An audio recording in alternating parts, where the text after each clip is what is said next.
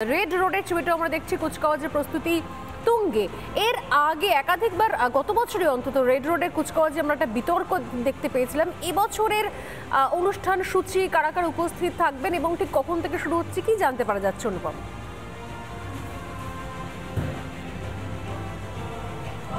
দেখো, তোমায় জানিয়ে রাখি যে এবছর এই যে কুচকাওয়াজে যে অনুষ্ঠান যেটা রাজ্য সরকার অর্গানাইজ করে, সেখানে কলকাতা পুলিশ প্রথমে পারফর্ম করবে, তারপর ইন্ডিয়ান এয়ারফোর্স, ইন্ডিয়ান নেভি এবং আকাশ পথে এই গোটা রেড রোডে তোমাকে জানিয়ে রাখি যে গোলাপের পাপড়ি ছড়িয়ে দেওয়া হবে যখন পারফরমেন্স চলবে। মমতা বন্দ্যোপাধ্যায় তিনি আসবেন, গভর্নর সিবি আনন্দ বোস তার আসার কথা রয়েছে। এর পাশাপাশি তোমায় জানিয়ে রাখি যারা আর্মির যারা অফিসাররা রয়েছেন, সিনিয়র অফিসিয়ালসরা রয়েছেন, তারা আজকে এখানে উপস্থিত থাকবে। আমি রাজশেখরকে বলবো একটু ছবিটা দেখানোর জন্য। গোটা এলাকায় নিরাপত্তার চাদরে মুড়ে রাখা হচ্ছে। 10টার কিছু পর এই প্রোগ্রাম আনুষ্ঠানিকভাবে শুরু হবে এমনটাই কিন্তু জানা যাচ্ছে। মমতা বন্দ্যোপাধ্যায় তিনি পৌঁছলেই এই অনুষ্ঠান শুরু হয়ে যাবে। কলকাতা পুলিশের যারা অফিসাররা রয়েছে তারা এই রেড রোড তো বটেই, পাশাপাশি রেড রোড সংলগ্ন সমস্ত এলাকা কার্যত মুড়ে রেখেছে। একেবারে তুমি মা ফ্লাইওভার থেকে নামলে সেখানে ব্যারিকেড দেওয়া হয়েছে এবং এদিক থেকে একেবারে স্ট্যান্ড রোড সম্পূর্ণটাই বন্ধ করে রাখা হয়েছে। এই যে অংশটা দেখছো, আমি এটা দেখাতে বলবো রাজশেখরকে। তুমি দেখছো যে ইন্ডিয়ান আর্মি, এয়ারফোর্স তারা এখানে রয়েছে। এখানে ফ্ল্যাগ হোস্টিং হবে, গভর্নরের আসার কথা রয়েছে। ফলে এই প্রোগ্রামটা এখানে শিডিউল করা রয়েছে। এবার বিতর্ক গতবারও ছিল, এবার গভর্নরের উপস্থিতিটা অত্যন্ত তাৎপর্যপূর্ণ। তিনি থাকবেন কি থাকবেন না সেদিকে আমাদের নজর থাকবে। তবে অফিসিয়ালি তিনি আমন্ত্রিত রয়েছেন, ফলে তার উপস্থিতি কতটা হবে, তিনি আদৌ আসবেন। যেহেতু রাজভবনে একটা প্রোগ্রাম রয়েছে, তুমি জানো যে সন্ধ্যায় সেখানে মমতা বন্দ্যোপাধ্যায় আমন্ত্রিত থাকেন। গত বছরও গিয়েছিলেন, এবছরও যাবেন সম্ভবত।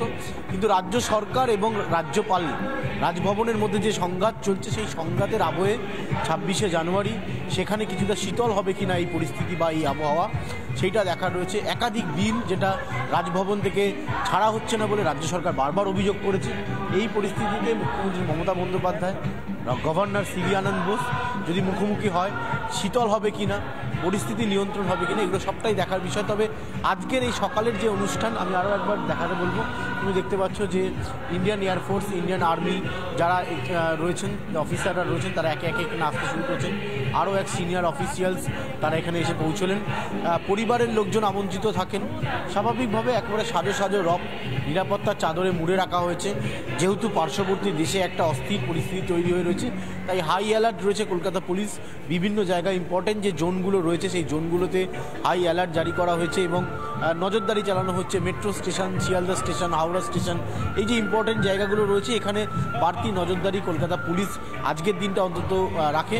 এছাড়াও কলকাতা এবং শহরতলিতে বহু মানুষ আজকে আসেন, সেখানেও কিন্তু নজর রাখা হচ্ছে। ফলে সব মিলিয়ে 26শে জানুয়ারির অনুষ্ঠান 10টার পর শুরু হবে। মমতা বন্দ্যোপাধ্যায় আসবেন এবং অন্যান্য যারা অতিথিরা রয়েছেন, যারা আমন্ত্রিত রয়েছেন, তারা এখানে আসবেন এমনটাই কিন্তু জানা যাচ্ছে। তারা আসলেই এখানে ফ্ল্যাগ হোস্টিং হবে। আর একবার একটু রাজশেখরকে বলবো দেখানোর জন্য। আমরা একেবারে বাঁ দিক থেকে যদি দেখানো যায়, যে তুমি দেখতে পাচ্ছ যে এখানে বিশেষ একটা অনুষ্ঠান কলকাতা পুলিশ নেয়। কলকাতা পুলিশের ব্যান্ড থাকে, সেই ব্যান্ড তারা এখানে পারফর্ম করে।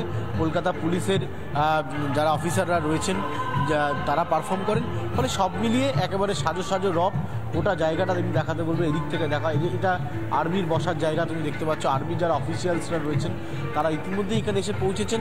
তাদের পরিবারের সদস্যরা আজকে এখানে আসবেন, তারা আমন্ত্রিত থাকেন। সাধারণ মানুষ যারা আসবেন আজকের এই অনুষ্ঠান দেখবেন, তাদেরও কিন্তু এখানে ব্যবস্থা করা হয়। ফলে সব মিলিয়ে তোমায় যেটা জানাবো যে মমতা বন্দ্যোপাধ্যায় ডাফরিন রোড দিয়ে আসবেন, এসে রেড রোডে নেতাজি মূর্তিতে মাল্যদান করবেন। তারপর এখান থেকেই প্রতি বছর সরাসরি হেঁটে আসেন। মমতা বন্দ্যোপাধ্যায় গাড়ি ছেড়ে দেন একেবারে নেতাজির মূর্তি স্ট্যাচুর কাছে, যেহেতু তার ডাফরিন রোড তার জন্য ওখানে অ্যালাউ করা হয়। তারপর তিনি এখান থেকে সোজা হেঁটে আসেন এবং তারপরে এই অনুষ্ঠান আনুষ্ঠানিকভাবে শুরু হয়। ফলে সব মিলিয়ে আর কিছুক্ষণের অপেক্ষা, তারপরে এই 26শে জানুয়ারি রেড রোডে যে অনুষ্ঠান, সেই অনুষ্ঠান শুরু হবে। কিন্তু অতীতে আমরা 26শে জানুয়ারি রেড রোডের অনুষ্ঠানে একটা দুর্ঘটনার খবর দেখেছি। তুমি নিশ্চয়ই মনে থাকবে তোমার, যে ইন্ডিয়ান এয়ারফোর্স তারা একটা প্যারেড করছিল, সেই সময় একটা দুর্ঘটনা হয়। ফলে এই সমস্ত কিছু অতীতে হয়েছে এবং আজকের এই 26শে জানুয়ারি আমাদের প্রত্যেকটা মুহূর্ত নজর রাখতে হবে। মমতা বন্দ্যোপাধ্যায় কী বলছেন, রাজ্যপালের মুভমেন্ট কী হচ্ছে, ফলে সব মিলিয়ে আর কিছুক্ষণের অপেক্ষা, তারপরেই আনুষ্ঠানিকভাবে রাজ্য সরকারের যে আয়োজিত অনুষ্ঠান সেই অনুষ্ঠান রেড রোডে শুরু হবে। একদম সেই প্রস্তুতি আমরা দেখতে পাচ্ছি। অনুপম আমাদের সঙ্গে থাকো, আমি তোমার কাছে আবারও আসবো। এর পাশাপাশি বিশাখা আমাদের সঙ্গে রয়েছেন, বিশাখার কাছেও একবার যাব। বিশাখা, প্রতিবারই ট্যাবলো নিয়ে একটা বাড়তি আকর্ষণের জায়গা থেকে, সেক্ষেত্রে এবছর ঠিক কী কী থাকছে ট্যাবলোতে? ট্যাবলো নিয়ে বাড়তি কোন জায়গাটা রয়েছে এবার বিশাখা?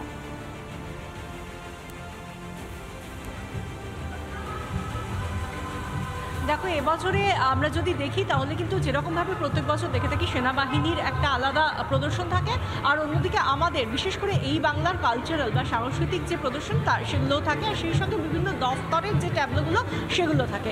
এবার আলাদা আলাদা করে যদি বলি, তার মধ্যে অবশ্যই আমার ঠিক পেছনে আমি আর্মি ব্যান্ডের ছবিটা আগে দেখাতে বলবো, কারণ এই আর্মি ব্যান্ডই ন্যাশনাল অ্যান্থেম বা জাতীয় সঙ্গীত তারা পরিবেশন করবেন যখন পতাকা উত্তোলন করবেন রাজ্যপাল সিভি আনন্দ বোস, যেমনটা কর্মসূচি ঘোষিত সেই অনুযায়ী। আমার ঠিক এই দিকে বলবো, একদম এখানে আমরা দেখতে পাচ্ছি জাতীয় পতাকা এখন মোড়ানো রয়েছে। এরপর এই পতাকায়